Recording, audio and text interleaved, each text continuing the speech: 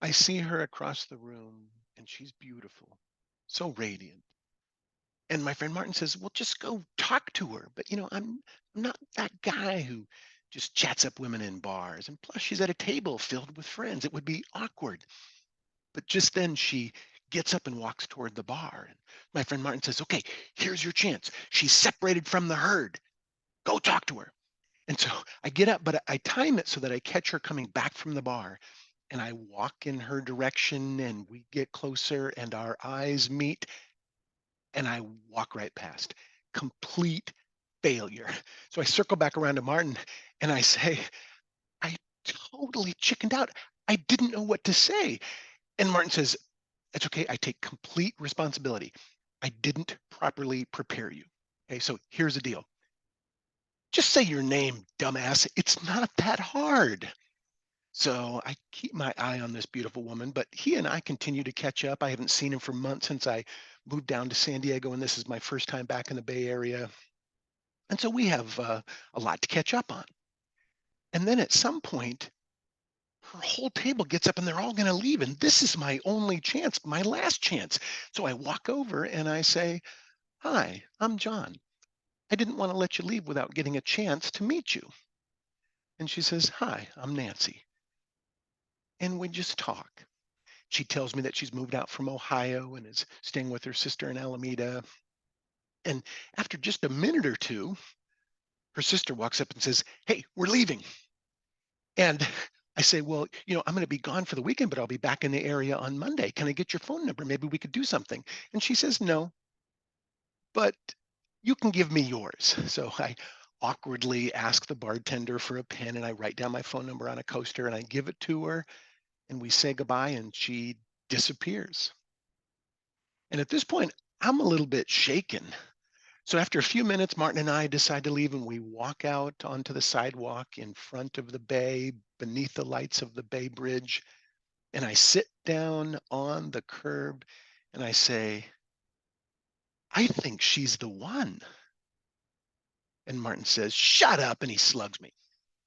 So we go off and have a great weekend. And then come Monday, he drops me off at the Oakland airport and Nancy picks me up and we go for our airport date.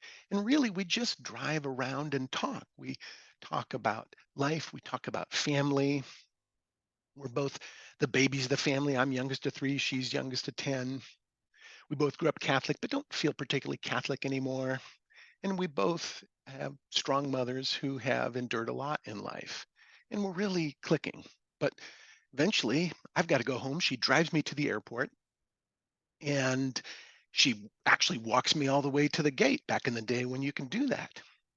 And as we're standing at the gate, she says, "So, how soon are you going to be back in Northern California?" And I say, "Well, a lot sooner than I thought." And we kiss goodbye, and it's very sweet and innocent. And I turn and I just levitate down the gangway toward the airplane. I am on cloud nine.